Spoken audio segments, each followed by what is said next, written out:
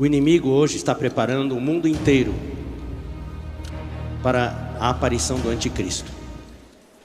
No dia 24 de junho, houve o referendo no Reino Unido. E para nossa surpresa, e foi um choque para o mundo inteiro, o Reino Unido decidiu sair da União Europeia. Ninguém esperava isso. Coincidência? Não. Junte-se a esse fato os ataques recentes, frequentes, que há ocorrido na Europa, dos terroristas. Os árabes se infiltraram, os terroristas, o Estado Islâmico, a facção extremista. Nós não podemos culpar os árabes, muitos são pacíficos, é a facção extremista. Se estabeleceu lá e está tendo bastante liberdade para agir. E esses ataques recentes na França e em outros lugares também confirmam algo que nós esperávamos ver, mas não de uma maneira tão rápida. Queridos jovens, nós temos pouco tempo. O Senhor está sinalizando para nós: eu estou chegando. Nós devemos fazer nossos planos? Devemos. Você deve continuar estudando. Aqueles que ainda não casaram, têm desejo de casar, vocês devem continuar orando ao Senhor para que o Senhor dê para vocês o melhor casamento, que o Senhor coloque no seu caminho o melhor marido, a melhor esposa. Quem está trabalhando tem que fazer os planos, estratégia e assim por diante, para desenvolver os seus negócios. Mas quem está estudando tem que continuar estudando, procurando se formar, e depois quiser fazer pós-graduação, tudo isso. Não é com isso que a gente vai parar a vida da gente. Jesus falou claramente na Bíblia que quando Ele voltar, 2 estarão no campo. Não é 2 estarão à toa, olhando para o céu esperando Jesus voltar. Não, 2 estarão no campo. Um será tomado e deixado o outro. 2 mulheres estarão no moinho, preparando comida. Uma será tomada e deixada a outra. É no dia a dia que você e eu somos testados, provados pelo Senhor.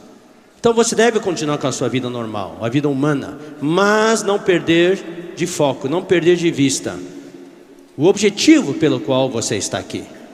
Qual é o objetivo pelo qual você está aqui? É só para ter uma vida boa aqui na terra? É só para ter as coisas que você quer ter? Poder comprar as coisas que você quer comprar? É só isso? Não.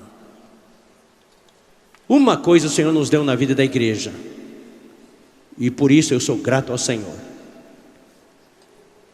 Além de vários itens que o Senhor deu para nós na vida da igreja, de maneira bastante exclusiva, só para nós que Ele deu isso. Um dos itens que Ele deu para nós é a comissão celestial, e a comissão do Evangelho do Reino. Vocês são bem-aventurados, jovens. Desde jovens vocês podem levar essa comissão com vocês. Eu só recebi essa comissão mais tarde na minha vida. Quando eu era jovem não havia essa comissão ainda.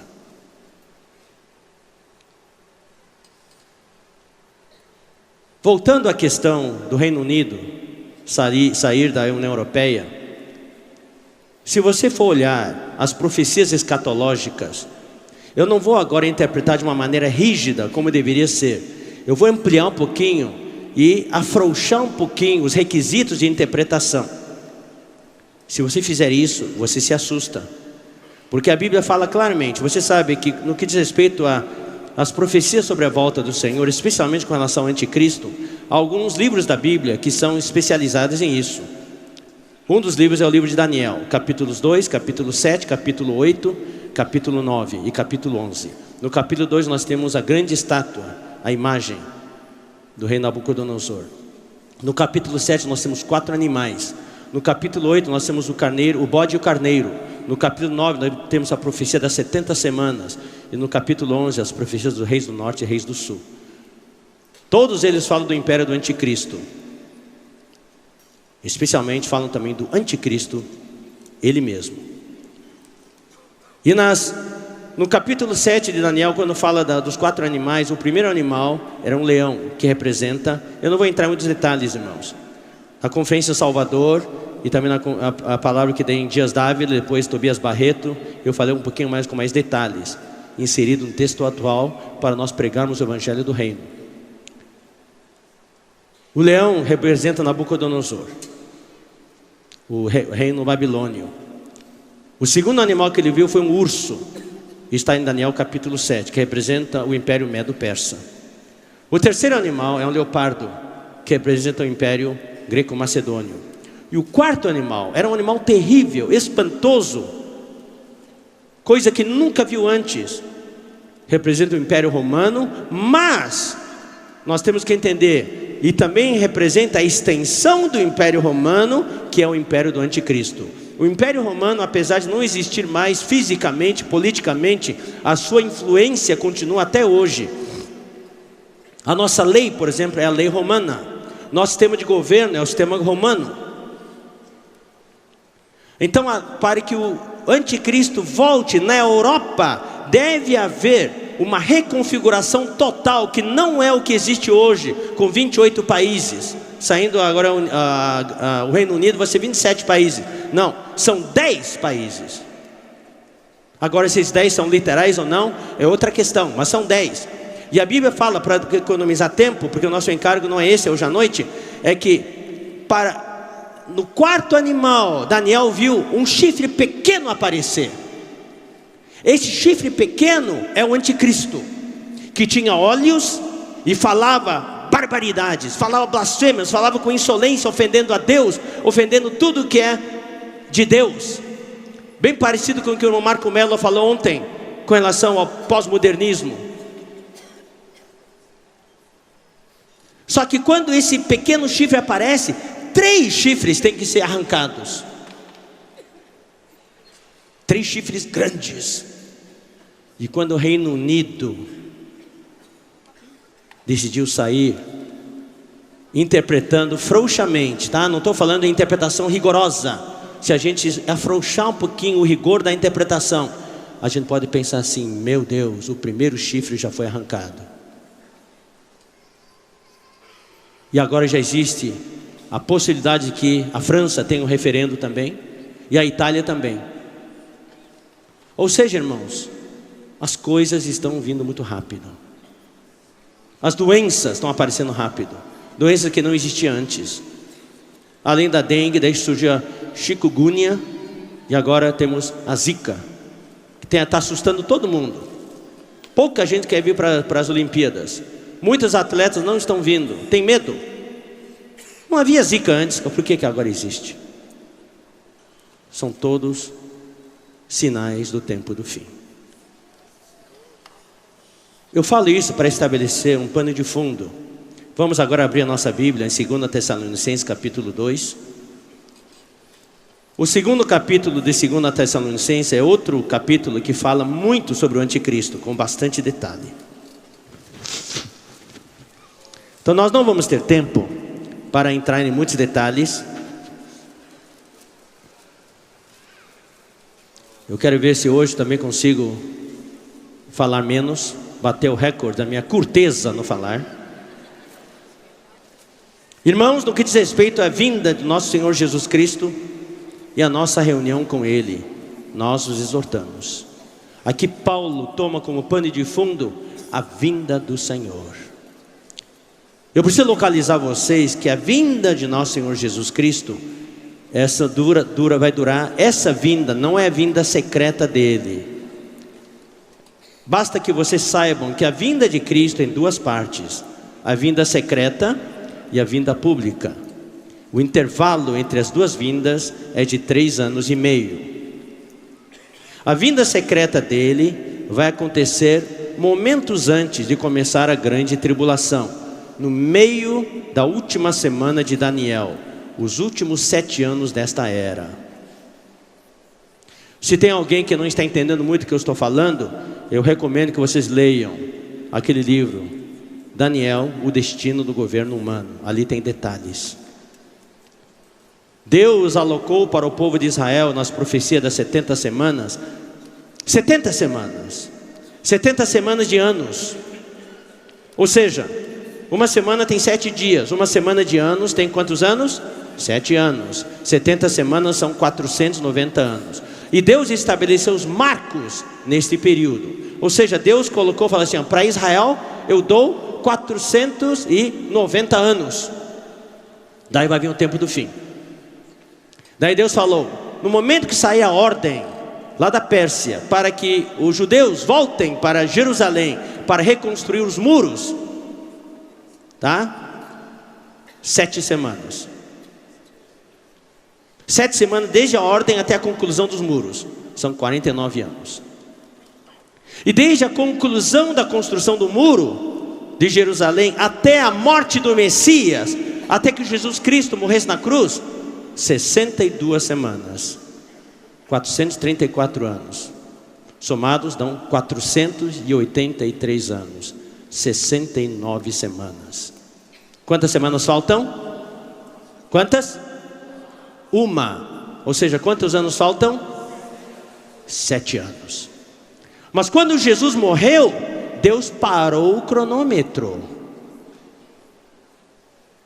Deus parou o cronômetro. Passaram 483 anos, faltando 7 anos para completar os 490 anos. Passaram 69 semanas, falta uma semana para completar 70 semanas, e Deus parou o cronômetro dele. Por que ele parou o cronômetro dele? Para inserir a era da graça, a era da igreja, para que você e eu pudéssemos entrar em cena.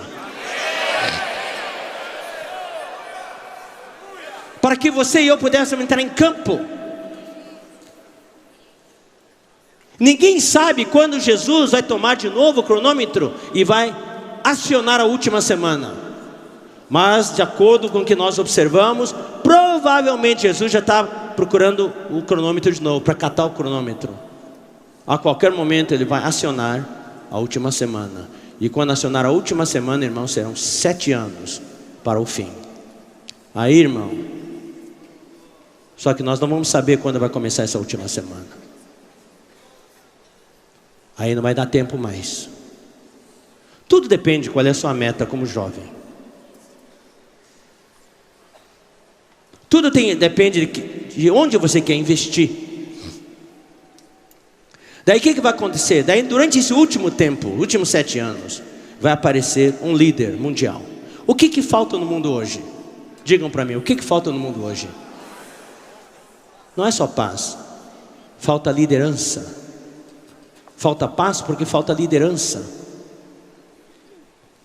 Hoje no mundo não existe nenhum líder. No Brasil tem liderança? Não tem. Não existe liderança política. Estados Unidos tem? Anteontem o Donald Trump foi escolhido, aprovado para ser o candidato republicano. Esse é o melhor candidato que os Estados Unidos têm, do lado republicano. Não tem mais ninguém. Onde estão os líderes? Quem é líder na Europa hoje? Não tem. Por isso que hoje também na igreja nós estamos orando ao Senhor, para que o Senhor, entre vocês, levante os líderes que a igreja precisa. Que entre vocês haja a liderança entre os jovens. Na igreja também precisamos de liderança. Então no mundo falta liderança. Daí quando aparecer esse cara, essa pessoa, esse político, ele vai ser um líder carismático, que sabe, conhece diplomacia, conhece o dom da oratória, sabe enrolar as pessoas, e ele vai trazer paz mundial, trazer paz para o mundo inteiro. Daí, por uma semana, por 7 anos, ele vai conseguir trazer um acordo, fazer um acordo de paz entre israelitas e árabes, israelenses e árabes. Daí todos os árabes vão depor as armas. Israel então vai ter tempo e paz para reconstruir o seu templo. E o templo vai ser reconstruído no começo dos 7 anos. E daí todas as práticas judaicas do Antigo Testamento vão ser restabelecidas, os sacrifícios e tudo. Só que esse templo tem que ser construído no lugar onde está hoje a esplanada das mesquitas, especialmente num lugar ali mesmo, ou pertinho de onde está a mesquita de Al-Aqsa. Só que tem a mesquita lá, não dá para construir. Essa mesquita tem que ser destruída para que o templo possa ser reconstruído. Como vai acontecer, não sei. Um terremoto, um míssil perdido, alguma coisa vai acontecer para poder abrir o espaço para a reconstrução do templo. Só que daí o que vai acontecer é que no meio da semana, aos 3 anos e meio, esse político vai ser morto. Ele vai morrer. A Bíblia fala, em Apocalipse 13, ele vai ser ferido de morte. Mas daí, você sabe como é que vai ser naquela época, né? Todo mundo vai estar acompanhando pela televisão, pela TV Globo, Bandeirantes, assim por diante, TV a cabo, o velório desse homem. E no meio do velório, ele vai se levantar. E quando se levantar, é o milagre de todas as eras. E o mundo inteiro vai correr atrás dele. Vai segui-lo cegamente. Só que quando ele se levantar, não vai ser mais a mesma pessoa. O corpo é o mesmo, mas o espírito que vai entrar nele é de outra pessoa. De acordo com os estudiosos da escatologia, vai ser o espírito do Nero, César Nero, que tem o número 666. E quando ele se levantar, é a mesma pessoa na aparência, mas ele será a besta, o anticristo. Daí ele vai virar outra pessoa, vai ser uma pessoa cruel, vai entrar em Jerusalém, vai romper o tratado que ele mesmo fez e vai colocar a imagem da besta no Santo dos Santos. E todo mundo vai ter que adorar a imagem da besta. E quem não levar a marca 666 não vai poder comprar, não vai poder vender. Imagine se você estiver aqui naqueles dias, especialmente quem tem nenê, não vai poder comprar leite, tem que ver o filho morrendo nos braços. Quem vai aguentar isso? Daí tem jovem que fala assim, não, se eu ficar aqui eu vou aguentar. Mas hoje, com toda essa liberdade, você não aguenta. Como é que você vai aguentar naquele dia?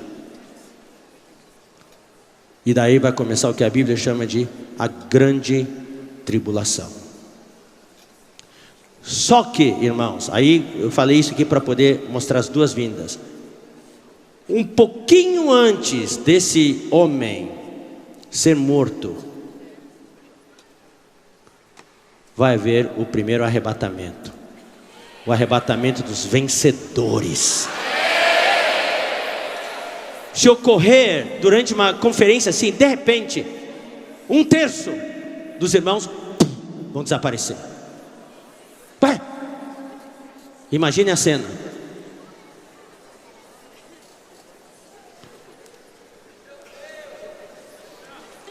Você está sentado com o irmão aqui do lado, você vai sair, quando voltar o irmão não está mais. Em casa, sua mãe está na cozinha, você vai para o banheiro, quando chega a mãe não está mais. Presumindo que você vai ficar.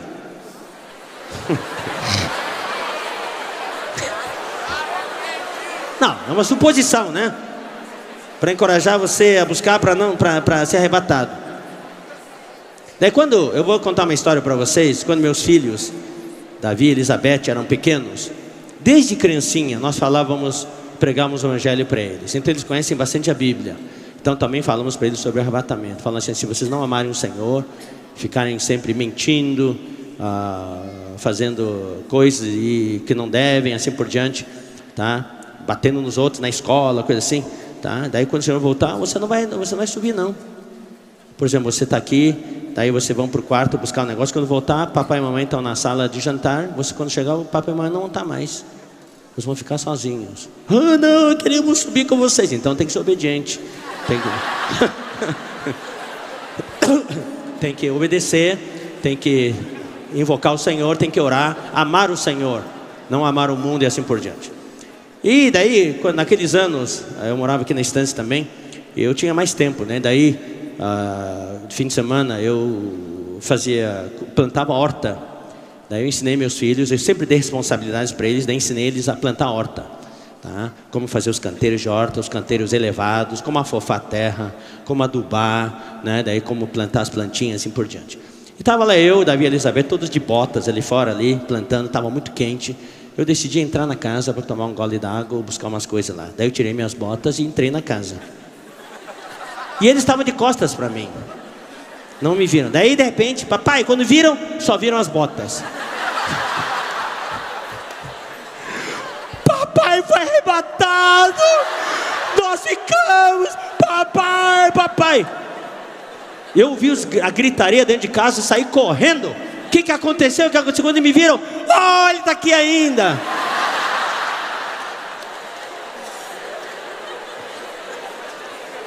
A gente dá risada agora, mas naquele dia vai ter muito choro. Vai ter muito choro.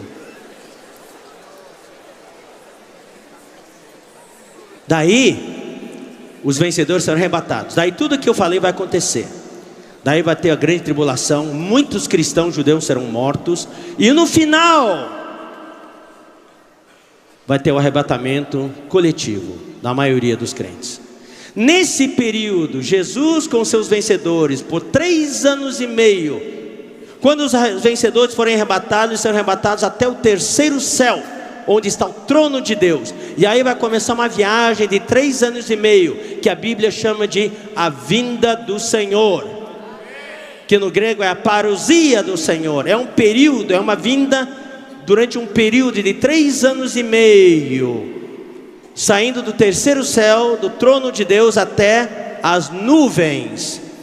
E quando chegarmos às nuvens, Jesus e os vencedores, daí soará a última trombeta, e os cristãos que ainda estiverem aqui na terra, estiverem vivos, serão arrebatados, e os mortos ressuscitarão primeiro.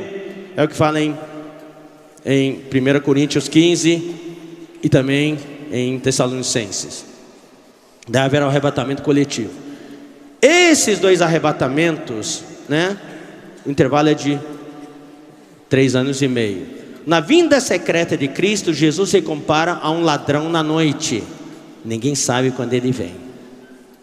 Na vinda pública de Cristo, ele virá com o soar da trombeta. Todo mundo vai saber quando ele vai vir. Na vinda secreta de Cristo, ele é comparado à estrela da manhã, que poucos enxergam. Na vinda pública de Cristo, ele é comparado como o sol da justiça. Na vinda secreta de Cristo, nós, os vencedores que fomos arrebatados, somos comparados com as primícias. Na vinda pública de Cristo, os cristãos que ficarem serão comparados com a grande colheita. As primícias só são uma minoria, a colheita é a grande maioria. Na vinda secreta de Cristo, fala claramente que Jesus virá encoberto pela nuvem. E na vinda pública de Cristo, a Bíblia fala que ele virá de pé sobre a nuvem e todo olho o verá. Daí o que vai acontecer nas nuvens? Essa reunião que fala em 2 Tessalonicenses 2:1, e a nossa reunião com ele é a reunião nas nuvens, onde vai ocorrer o julgamento de Cristo, diante do tribunal de Cristo. E ali o Senhor vai separar os vencedores dos derrotados. Claro, quem foi arrebatado antes era vencedor já, automaticamente. E vários que vão ser arrebatados depois também serão vencedores, mas uma boa parte será derrotado. E esses derrotados daí serão lançados nas trevas exteriores, onde há choro e ranger de dentes por 1000 anos. E os vencedores então descerão com Cristo das nuvens para a terra, para a batalha de Armagedon. Naquele momento os judeus estarão encurralados, e 2/3 dos judeus já terão sido mortos. Naquele momento eles vão invocar o nome do Senhor. Hoje eles negam o Messias. Naquele dia eles vão reconhecer que aquele que veio, aquele que eles traspassaram, era o Messias. Eles vão dizer: bendito que vem o nome do Senhor. Daí Jesus vai salvá-los milagrosamente, e Jesus vai matar o anticristo com seus exércitos. E daí vai ser estabelecido aqui na terra o reino milenar, durante o qual nós vamos reinar junto com Cristo durante 1000 anos. Isso aqui é um resumão.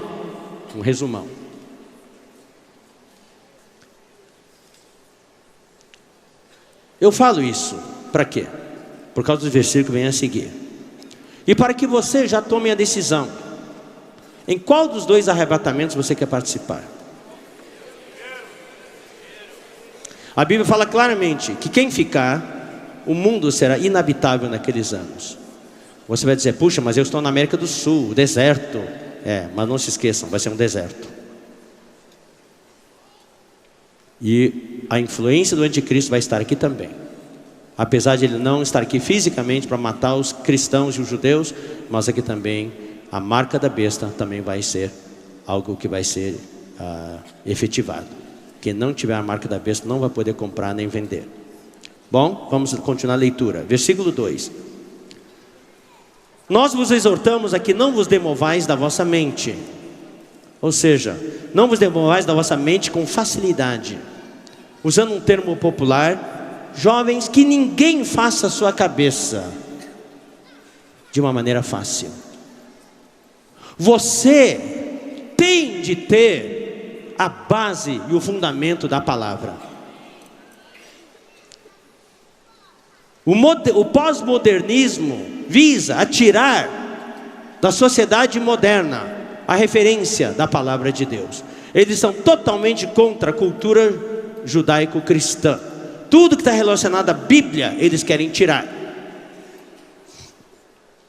Por quê? Porque Satanás sabe que a única referência que existe dos valores humanos, dos valores espirituais, dos valores morais, estão na Bíblia. Por isso que nós rogamos a vocês, leiam a Bíblia. Menos celular, mais Bíblia. Essa é a única salvação que vocês têm. Sem a Bíblia não temos referência. Sem a Bíblia, um jovem peca, comete fornicação e não tem a sensação que pecou. Um jovem rouba um celular aqui na conferência e não tem a sensação que pecou. Se acha muito esperto. Essa falta de consciência do pecado é preocupante. Mostra que as suas mentes foram anestesiadas.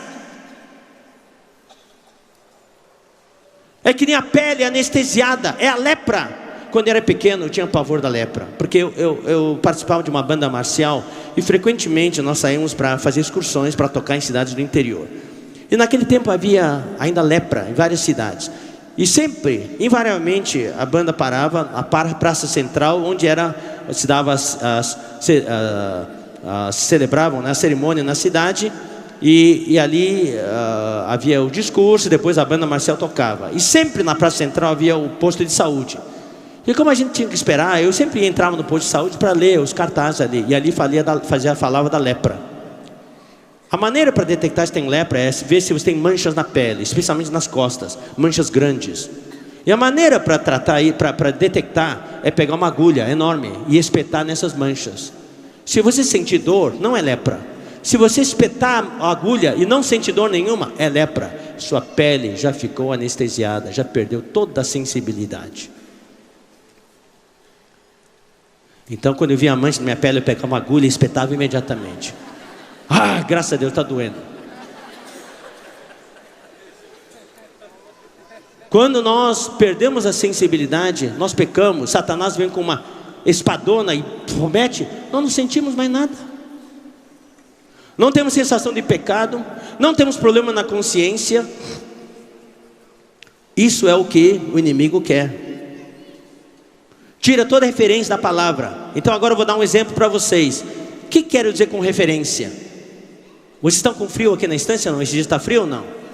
Especialmente os irmãos do Nordeste. Os irmãos do Norte e do Nordeste estão passando muito frio, certo?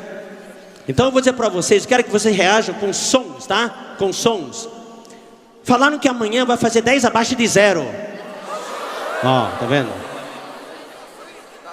E na semana que vem falaram que vai fazer 45 graus. Tá. Por que vocês reagem? Porque vocês têm a referência. Vocês sabem o que é 10 abaixo de 0. Você já sente na pele, porque você sabe, 0 graus é referência. E você sabe o que é 45 graus. Você tem uma referência. Então você reage, porque tem referência. Agora eu vou tirar a referência de vocês. Eu morei 10 anos nos Estados Unidos. Eu estou familiarizadíssimo com a escala Fahrenheit. Você não sabe o que é a escala Fahrenheit. Então eu vou dizer para vocês, amanhã vai fazer 40 graus aqui. Tá vendo? Ninguém reage. Por quê? Você não tem referência nenhuma. 40 graus Fahrenheit, sabe quantos graus são? São 5 graus. Amanhã vai fazer 20 graus Fahrenheit. Oh, que gostoso. Não, 20 graus Fahrenheit é 10 abaixo de zero. A fórmula é: temperatura Celsius sobre 100 é igual temperatura Fahrenheit menos 32 sobre 180. Decoraram? Essa é a fórmula. Então tem que ter referência. O que Satanás quer fazer é tirar a referência da Bíblia. Irmãos, agarrem-se à palavra de Deus. Leiam os livros da editora. Esse livro que saiu agora, cada jovem deve ter um exemplar. É um desafio que eu lanço para vocês. Cada jovem tem que ter um exemplar. Quem já comprou, levante a mão. Tá. Não saiam da conferência sem comprar. Ou compre na sua localidade depois. As 40 lições essenciais para o viver cristão. É a sua referência. Vamos continuar. Não vos demovais da vossa mente com facilidade, nem vos perturbeis, quer por espírito, quer por palavra, quer por epístola, como se procedesse de nós, supondo tenha chegado o dia do Senhor. Não, o dia do Senhor não chegou ainda não. Os tessalonicenses achavam que o dia do Senhor tinha chegado porque eles estavam sendo mortos, perseguidos, muitos tinham morrido, sendo martirizados. Eles achavam que Jesus ia voltar. Paulo falou: não, ninguém de nenhum modo vos engane, porque isto não acontecerá sem que primeiro venha a apostasia. A apostasia quer dizer desvio, sair do centro. Hoje, mais do que nunca, há um desvio muito forte dos princípios bíblicos. A homossexualidade é aprovada no mundo inteiro pela celebridade. Todo mundo aplaude a homossexualidade. Nós não condenamos as pessoas que têm essa dificuldade. Nós não condenamos, mas precisamos falar a verdade. A homossexualidade, o homossexualismo é pecado de acordo com a Bíblia. Nós temos palavras claras: é abominação diante de Deus. Deus não criou o homem desta maneira. A relação entre homem, os seres humanos, é homem com mulher, mulher com homem, e não mulher com mulher, homem com homem.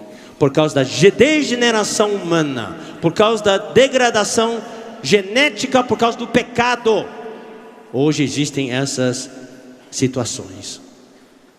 Mas existe a libertação. A Bíblia fala em 1 Coríntios 6: tais fostes alguns de vós. Que quer dizer que há libertação. A apostasia está muito forte. Os valores morais, os valores humanos, todos estão se desviando. Não só isso, sem que primeiro venha a apostasia, não só isso, e também seja revelado o homem da iniquidade, filho da perdição. Para o tempo do fim chegar, para o dia do Senhor chegar, tem que aparecer o anticristo.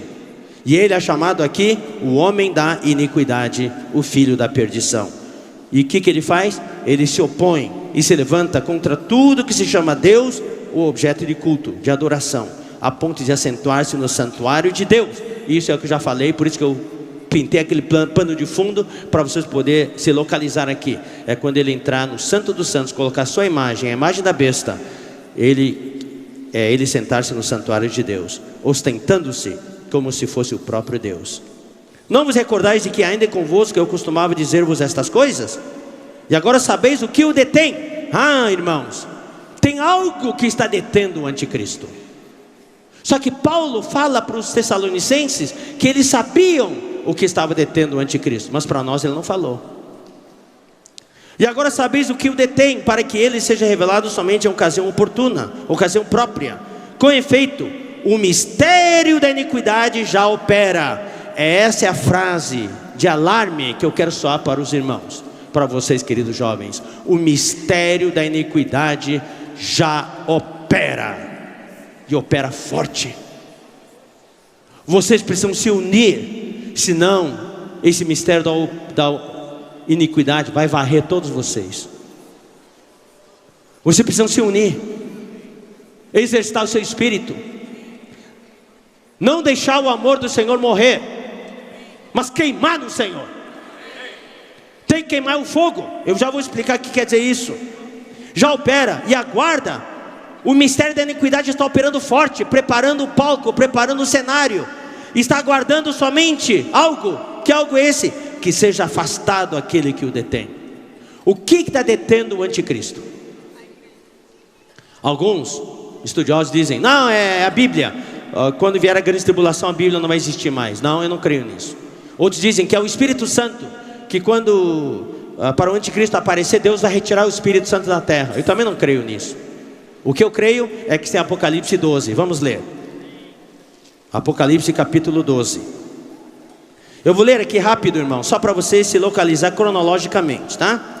Viu-se grande sinal no céu, a saber, uma mulher vestida do sol, com a lua debaixo dos pés e uma coroa de 12 estrelas na cabeça. Essa mulher, para nossos efeitos aqui hoje à noite, é a igreja. Basta saber isso. Essa mulher é a igreja.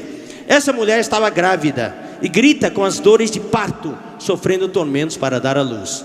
Toda mulher que já deu à luz sabe, as dores de parto são intercaladas, tem uma periodicidade, tem intervalos. Quando se aproxima o momento de dar à luz, o intervalo diminui cada vez mais. E as dores vêm em pontadas cada vez mais fortes e mais frequentes. Viu-se também outro sinal no céu. E eis um dragão, grande, vermelho, com 7 cabeças, 10 chifres, e nas cabeças 7 diademas.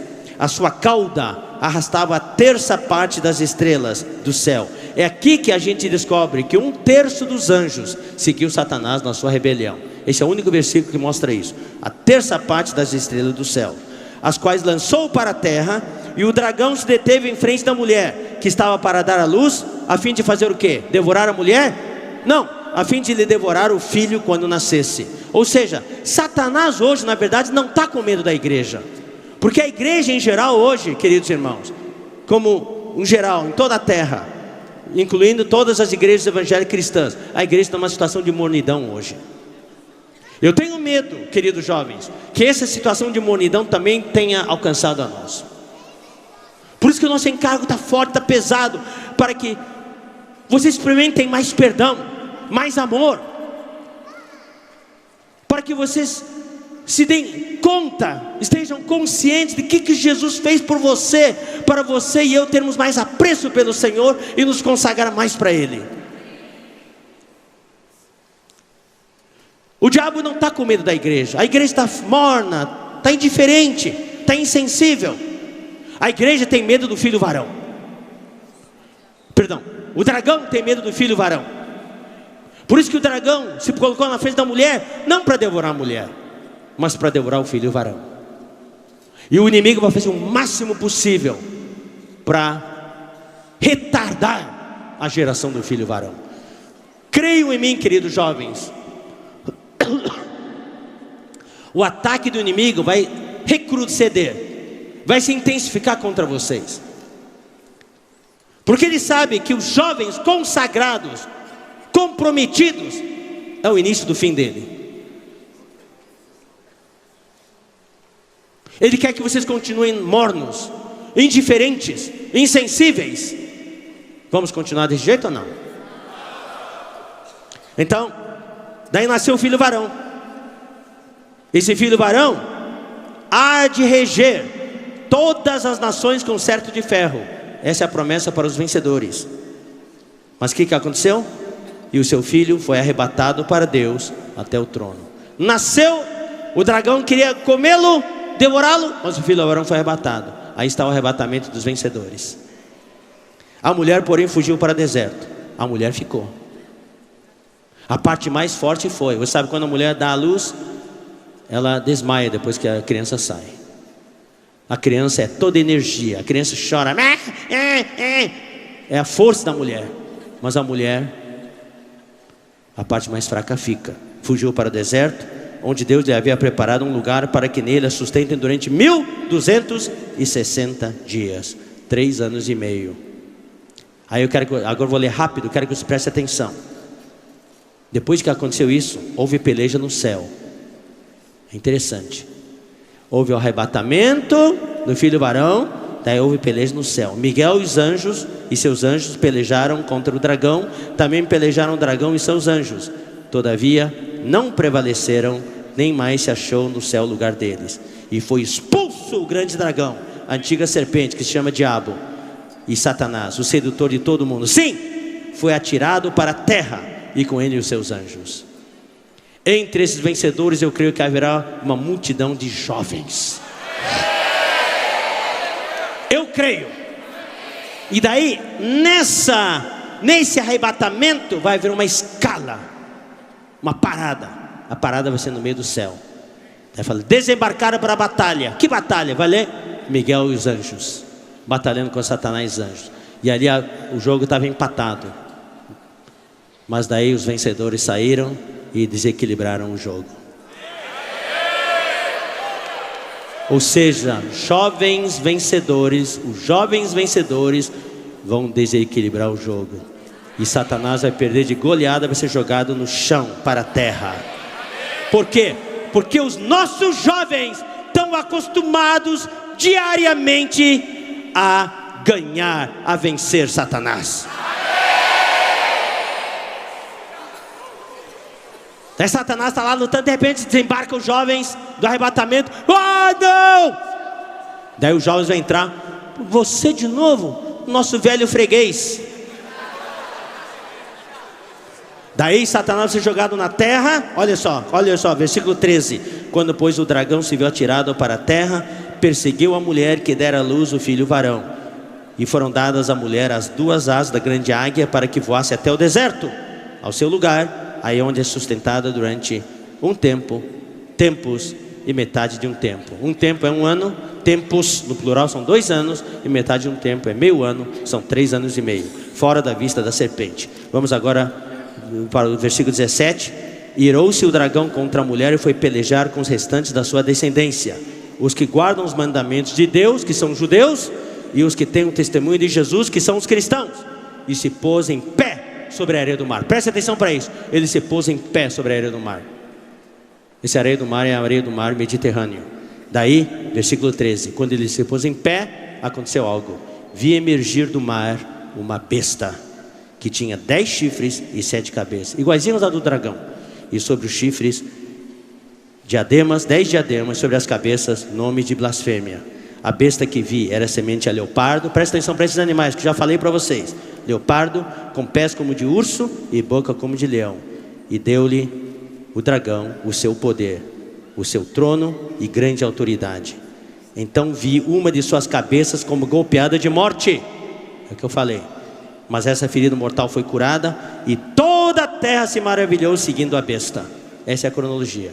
O filho varão é arrebatado, tem batalha no céu, o dragão é jogado no chão, ele fica irado, começa a perseguir os cristãos que ficaram, os judeus. Daí ele se põe em pé sobre a areia do mar, e aparece o anticristo, a besta.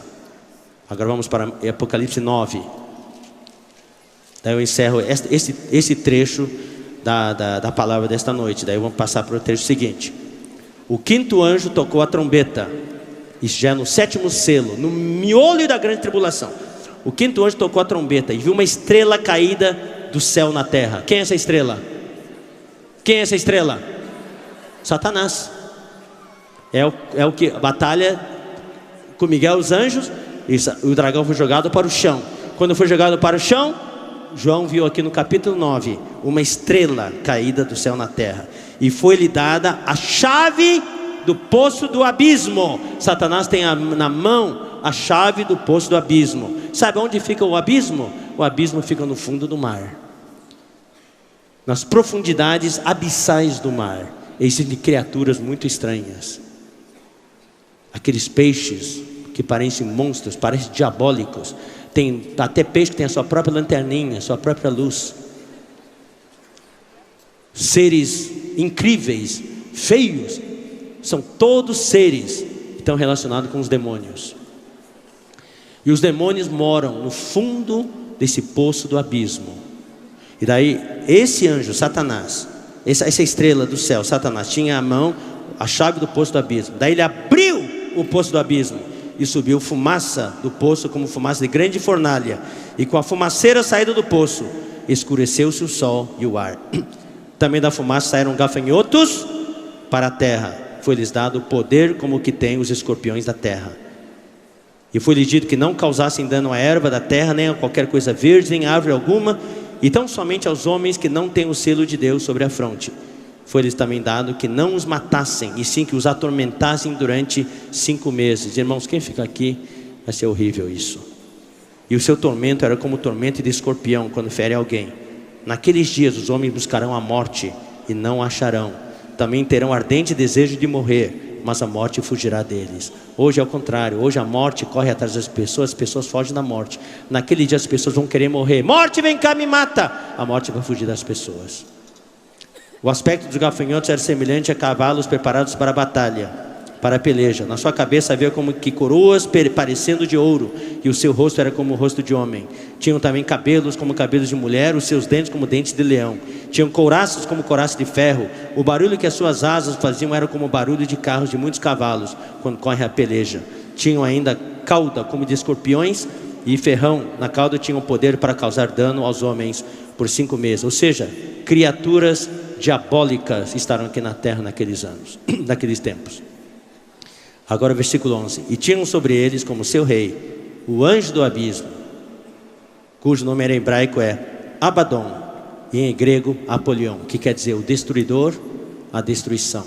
Esse anjo do abismo é o que vai entrar no corpo daquele político morto. Esse anjo do abismo é o espírito do anticristo. Satanás, quando abrir o poço do abismo, vai liberar o espírito do anticristo, que vai entrar naquele cadáver. Ele vai se levantar e vai se tornar o anticristo.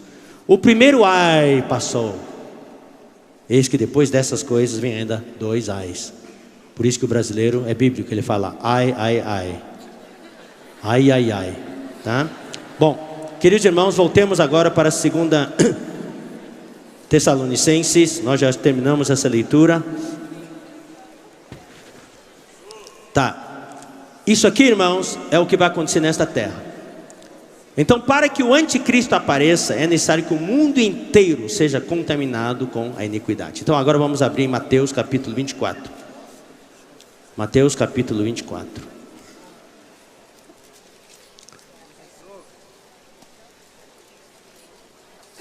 Agora é a parte que nos diz respeito hoje. Eu pintei o quadro futuro como incentivo para que nós não fiquemos. Que todos os jovens que estão aqui hoje têm como meta fazer parte dos vencedores. Você faz parte da mulher hoje ou não? Sim, faz parte da mulher. É suficiente fazer parte da mulher? Tem que migrar para onde? Para dentro do filho varão. Toda a conferência de jovens é para ajudar vocês a poder entrar naquele feto, naquela criança que vai nascer, o filho varão. Hoje não é suficiente só ser parte da mulher. Deus quer você a parte mais forte. Mas se você vai dizer, eu não sou forte, é por isso que nós estamos aqui. É por isso que no primeiro dia foi falado. Nós sabemos que na igreja nem todos são fortes hoje, mas o que Deus quer é fazer você forte. Talvez você se sinta doente, se sinta fraco, se sinta um fracassado. Não tem importância. É por isso que você está aqui. Deus quer curar você. Deus quer libertar você. Fazer de você uma pessoa forte, para você poder ajudar outras pessoas. O importante nesta conferência é você falar para Jesus o que você sente. Não tente esconder. Ele sabe tudo. Fala para ele, Senhor, do jeito que eu estou, eu não consigo mais prosseguir. Eu tenho essa dificuldade, aquela dificuldade. Senhor, me liberta, me cura, Senhor. Deus quer que você seja franco com Ele, sincero com Ele. Deus não quer que você finja. Deus quer que você seja honesto. Aí Ele tem como trabalhar em você. Tudo que Ele quer é que você dê permissão para Ele trabalhar em você. Ele não exige que vocês todos sejam fortes hoje. É que nem um hospital, falei no primeiro dia. Ninguém vai entrar no hospital e dizer aqui, eu só quero gente saudável aqui. Não, o hospital é para curar os doentes, mas o objetivo é que todos recebam alta. Deus quer curar você. E Deus quer libertar você.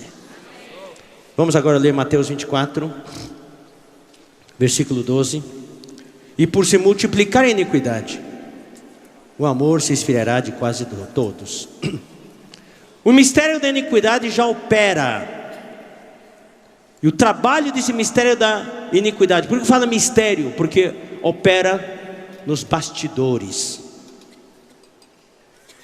Ninguém vê, mas nos bastidores, atrás das cenas, está lá operando, às escondidas.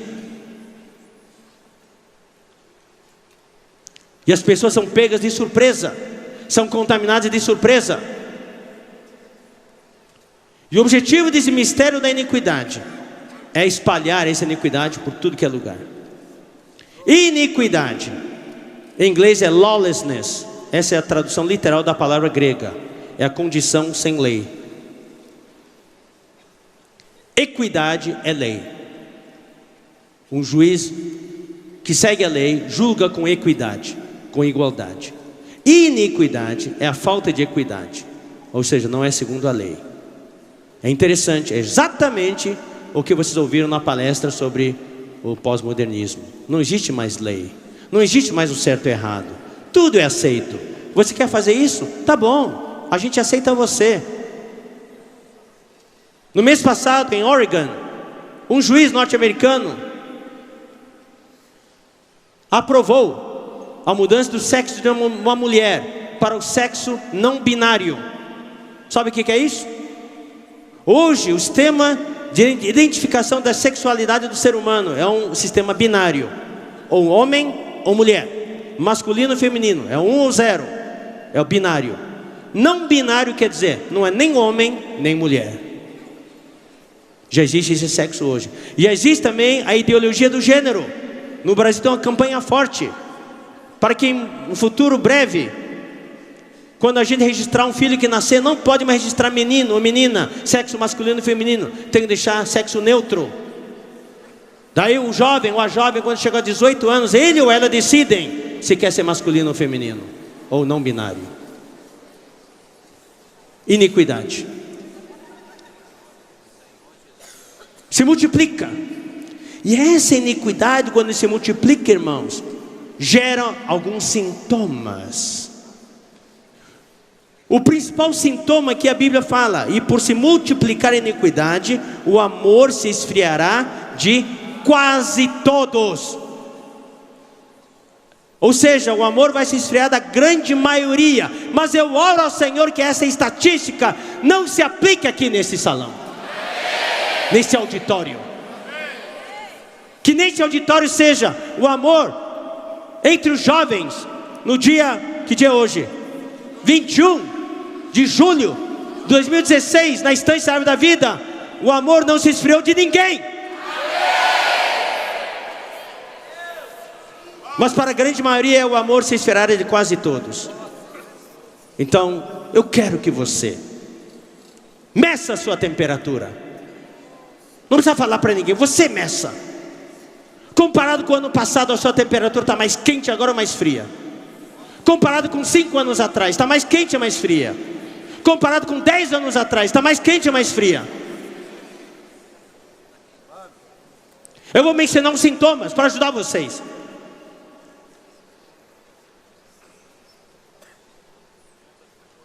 Como é que está a sua sensibilidade para falar de Deus? Quando você ouve a palavra, você chora ainda? Ou você ouve? Eu já ouvi isso. Você chora? Você é tocado? Ou você está insensível? A iniquidade é uma injeção de anestesia.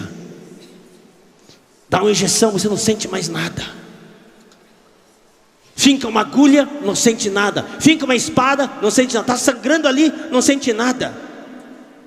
É assim que nós vamos sangrar até a morte, que o inimigo quer. Eu vou falar outro sintoma. Você ainda tem tanta vontade hoje de ler a palavra de Deus como antes?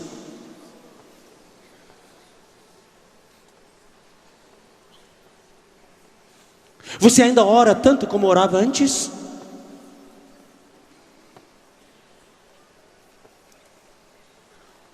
Ir para a reunião, Você ainda, quando fala de reunião, ou vou para a reunião, ou você hoje falta a reunião com frequência, não sente mais nada. Você na verdade não tem muita vontade de ir para a reunião.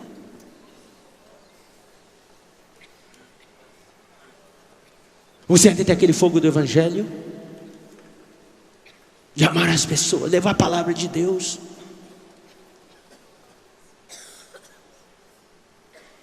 Você ainda compartilha na reunião como antes? Você ainda sente intimidade com o Senhor como antes? Ou como eu recebo no Facebook muitas vezes, isso me deixa triste. Eu procuro ajudar os irmãos e as irmãs que me escrevem. Falo assim: irmãos, com lágrimas, eu posso sentir que os irmãos escreveram com lágrimas. Eu não consigo mais tocar no Senhor. Eu oro, parece que o Senhor não está mais lá.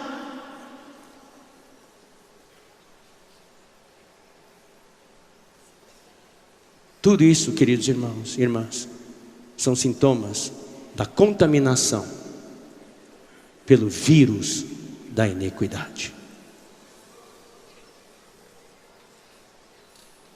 Hoje nós temos dois grandes inimigos do corpo humano: os vírus e as bactérias.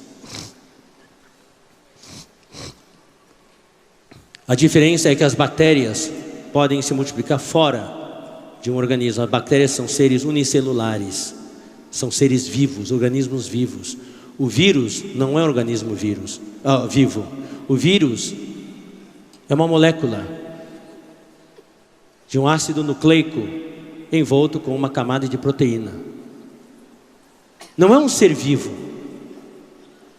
Não é um ser vivo, não faz mal. Aí que se engana. Esse vírus, essa estrutura molecular não viva,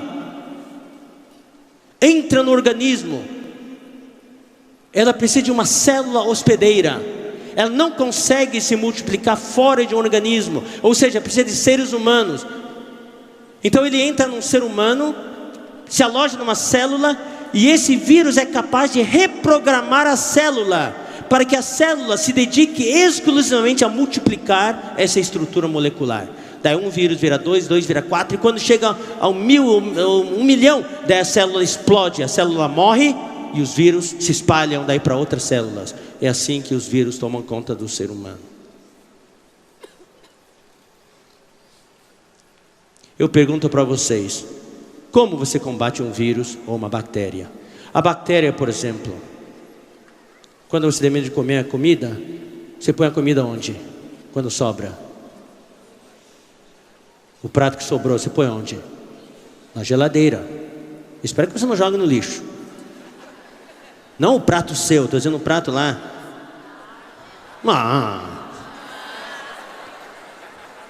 Põe na geladeira. Por quê? Aquele prato, aqueles meia dúzia de bifes que sobrou, ainda pode comer, mas já está com bactéria. Se deixa fora, em poucas horas estraga. Mas se deixa na geladeira, a temperatura fria consegue reter, impedir a multiplicação das bactérias. Isso é tudo que o frio pode fazer, é impedir a sua multiplicação. Mas para matar a bactéria tem que fazer o quê? Tem que queimar. Por isso que uma sopa tem que ser requentada até fervura, para matar todas as bactérias. Por isso que leite, quando é tirado da vaca, tem que ferver, para matar as bactérias, senão azeda rápido. Vírus também. Quando há uma epidemia, milhares de pessoas morrem, o que se faz com os cadáveres? O que faz com as roupas das pessoas contaminadas? Manda para a lavanderia? Não, queima. Anos atrás, quando houve o descongelamento das geleiras da Sibéria, vários cientistas foram lá para tirar a amostragem da água, porque aquilo que estava debaixo das geleiras estão lá há milhões de anos. Então eles tiraram e descobriram que tinha um vírus lá, e conseguiram ainda fazer com que esse vírus se multiplicasse. Ou seja, queridos irmãos, o frio não mata. A temperatura morna do corpo humano é o que possibilita a multiplicação dos vírus. E nas bactérias, quando se quer multiplicar, se põe numa estufa para a multiplicação. Por isso que a mornidão é a pior coisa que pode haver. A indiferença. É por isso que a Bíblia fala que nós precisamos queimar. Em Apocalipse 3, 15, 16, vamos ler Apocalipse 3, 15, 16.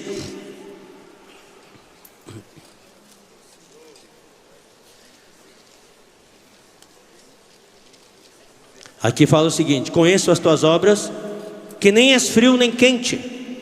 Quem dera fosses frio ou quente. Assim, porque és morno e nem és quente nem frio, estou a ponto de vomitar-te da minha boca.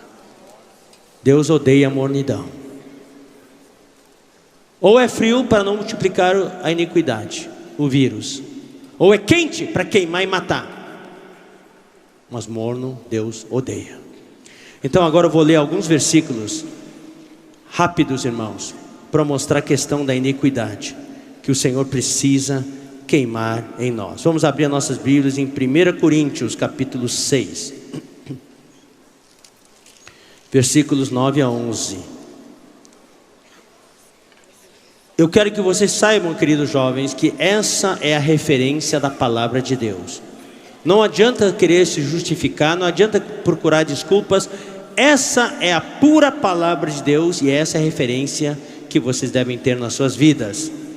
Aqui diz: ou não sabeis, 1 Coríntios 6, 9, ou não sabeis que os injustos não herdarão o reino de Deus? Não vos enganeis, eu vou ler como é no grego: nem fornicários, impuros é fornicários, nem idólatras, nem adúlteros, nem efeminados, nem homossexuais, nem ladrões, nem avarentos, nem bêbados, nem maldizentes, nem roubadores herdarão o reino de Deus. Tais fostes alguns de vós, mas não são mais. Mas vós vos lavastes, mas fostes santificados, mas fostes justificados em nome do Senhor Jesus Cristo e no Espírito do nosso Deus. Queridos irmãos, uma das coisas que mais afeta os jovens hoje é essa pressão sexual, da fornicação, adultério e essa questão da homossexualidade. Por isso que a Bíblia coloca aqui entre os primeiros itens: nem fornicários, nem idólatras, nem adúlteros, nem efeminados, nem homossexuais. Mas coloca também junto os outros itens, na mesma categoria: ladrões, avarentos, bêbados. Talvez haja jovens que entre nós estão com problema de vício da bebida, são escravizados, não conseguem se libertar. O irmão Ildeu deu um testemunho: ele não conseguiu fumar, mas depois começou a beber. Eu sei de alguns jovens que começaram a beber socialmente, hoje estão bebendo direto. Maldizentes, falando mal dos outros, falando mal da igreja, falando mal da liderança. Nenhum desses vão herdar o reino de Deus. Esse aqui é o padrão de Deus. Vamos ler Gálatas 5, versículos 19 em diante. Ora, as obras da carne são conhecidas, e são fornicação, impureza, lascívia. Todos esses pecados morais primeiro, depois os pecados espirituais, idolatria, feitiçaria, depois os pecados da alma, inimizades, porfia, ciúmes, iras, discórdias, dissensões, facções, invejas, bebedices, glutonarias e coisas semelhantes a estas, a respeito das quais eu vos declaro, como já outrora vos preveni, que não herdarão o reino de Deus os que tais coisas praticam. Ou seja, todos esses itens da iniquidade impedem que alguém possa herdar o reino de Deus. E vamos ler também, por último, 2 Timóteo capítulo 3, versículos 1 a 6. 2 Timóteo 3, versículos 1 a 6. Sabe, porém, isto: nos últimos dias, que são os dias em que vivemos hoje, sobrevirão tempos difíceis.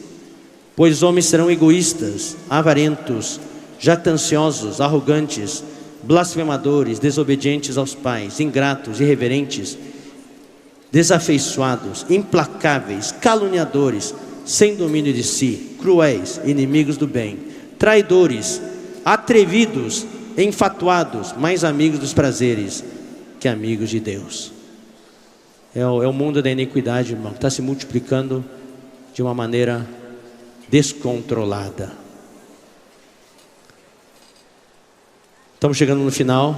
Vamos ler alguns versículos de conclusão. Vamos ler Hebreus 12, versículo 1.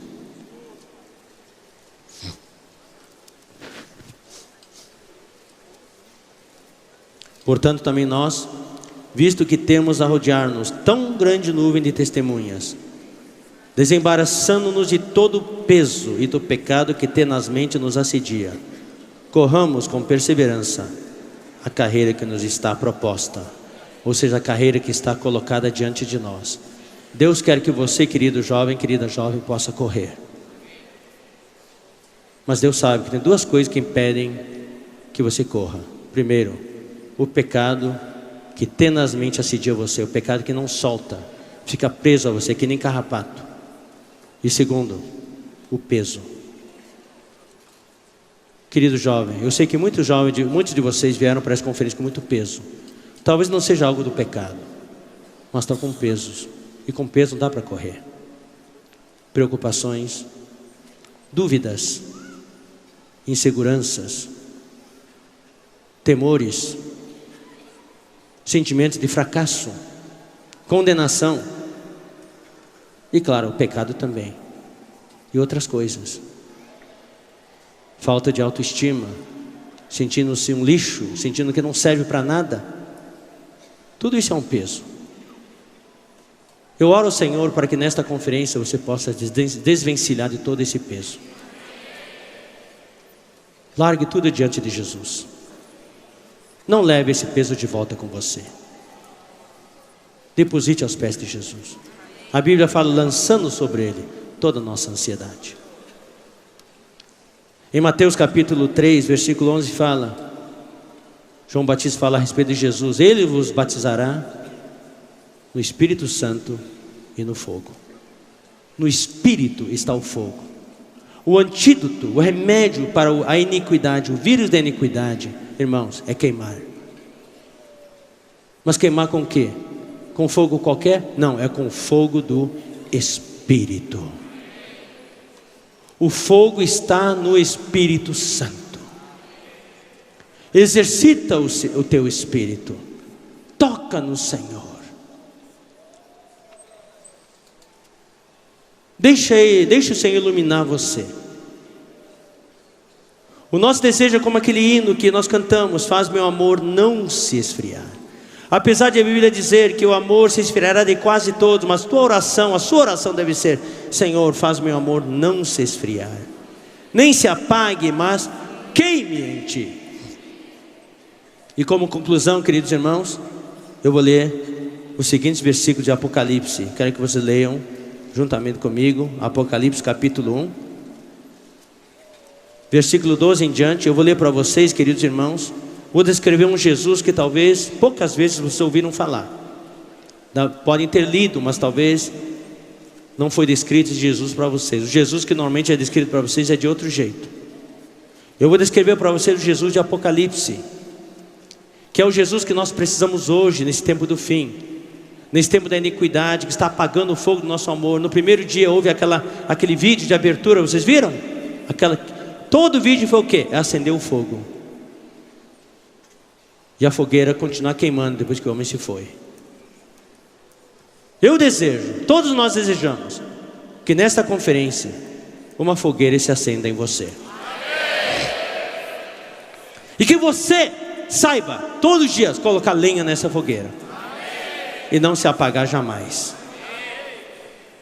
Aqui no versículo 12 de Apocalipse 1: voltei-me para ver quem falava comigo, e voltado vi 7 candeeiros de ouro, que são as 7 igrejas, e no meio dos candeeiros um semelhante a filho do homem. Aqui não era Deus, um semelhante a filho do homem. Querido jovem, hoje à noite, Jesus não quer ser Deus para você. Jesus quer ser um filho do homem para você.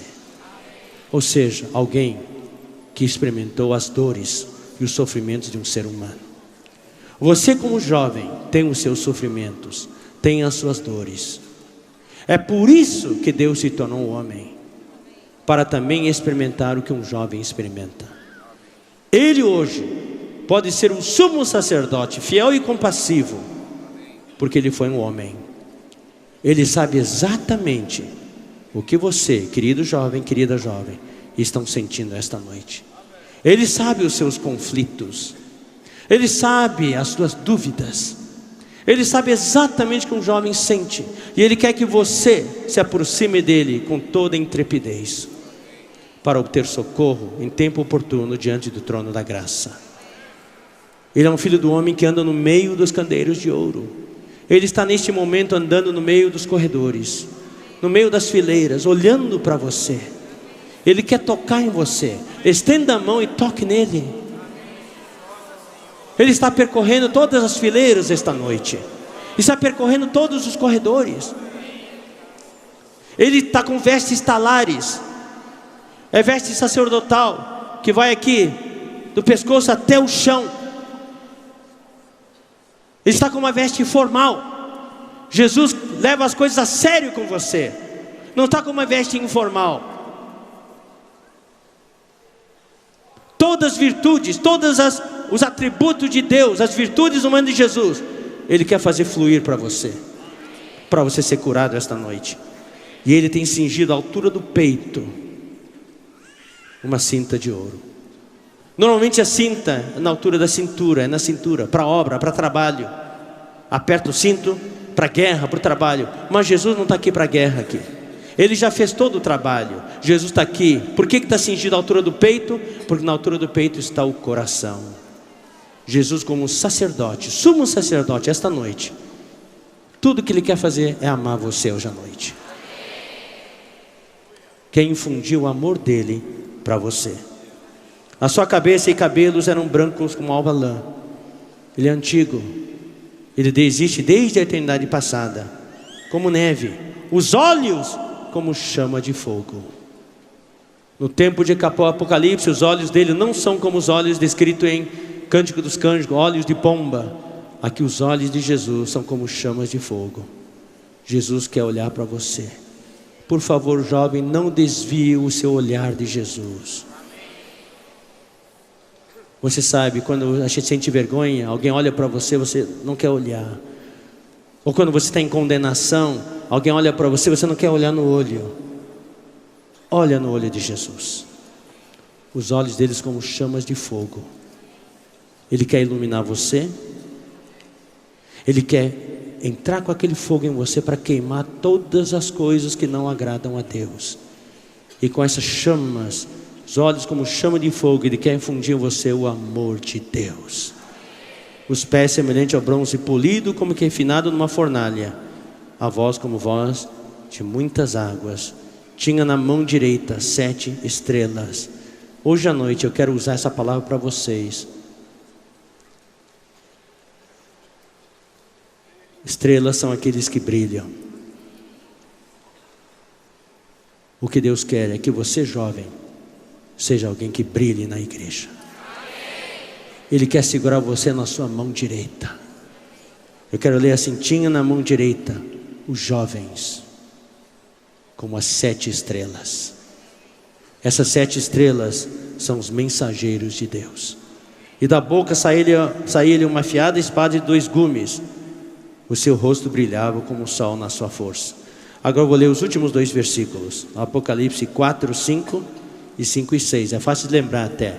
4, 5 e 5 e 6.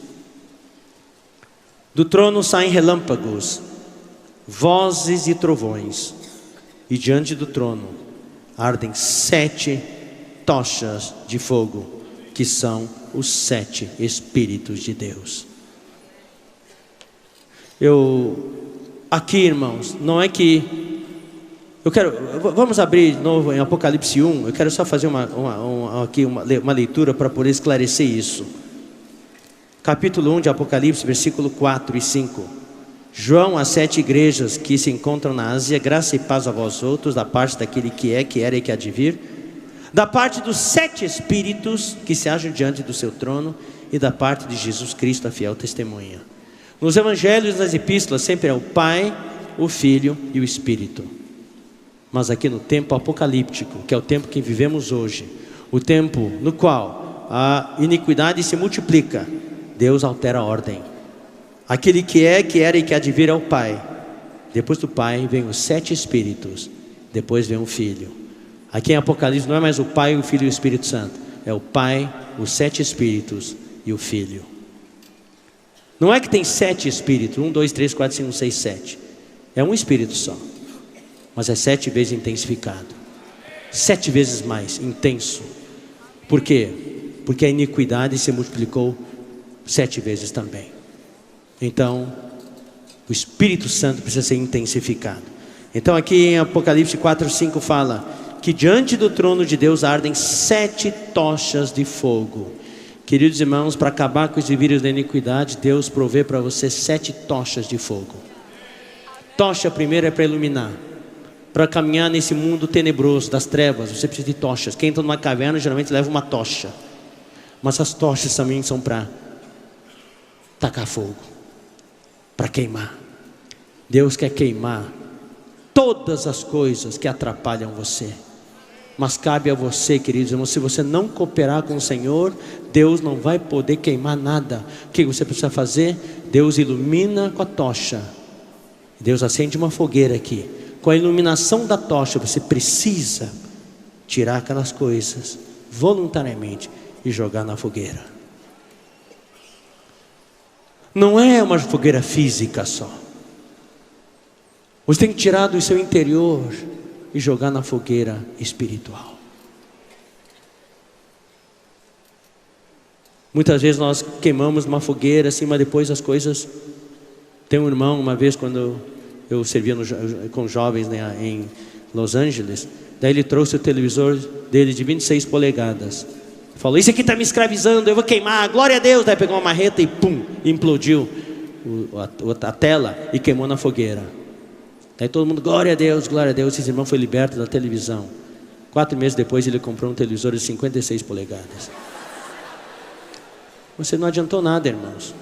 Não é simplesmente um gesto, uma cerimônia. Tem que ser queimado de verdade.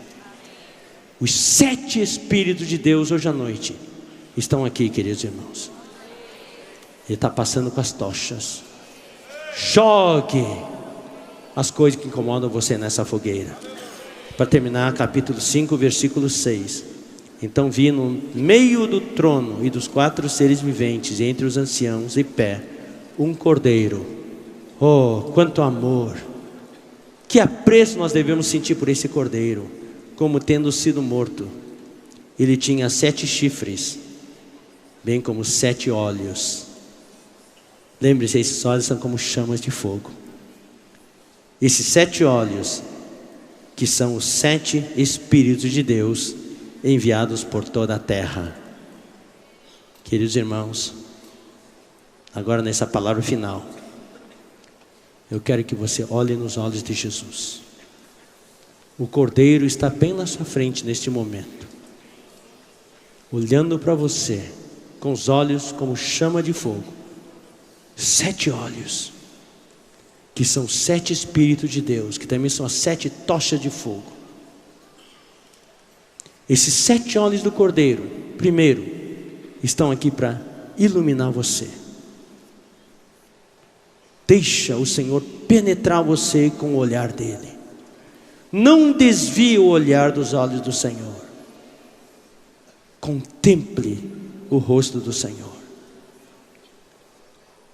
Muitas vezes, queridos jovens, nós escondemos no coletivo. Estamos numa reunião assim, é muito fácil a gente orar tudo. Aprenda a orar individualmente, olhando nos olhos do Senhor, deixando o Senhor olhar para você, e nesse olhar deixar o Senhor rasgar o seu coração com o olhar dele e queimar com fogo, iluminar você e queimar com fogo dele. Ele quer queimar todas as coisas negativas. Isso é no aspecto negativo. No aspecto positivo, Jesus, ao olhar para você, Ele quer infundir em você o amor de Deus, o amor que Ele sente por você. Você sabe, um casal de apaixonados, minha esposa está aqui, às vezes eu olho para ela, olha para mim, quando ela olha para mim com aquele olhar dela, eu derreto. Aquele olhar dela me queima, com aquele amor. Jesus quer olhar para você desse jeito, infundir em você o amor de Deus. Daí quando Ele infunde o amor dele em você, a sua chama, a chama que está no seu coração,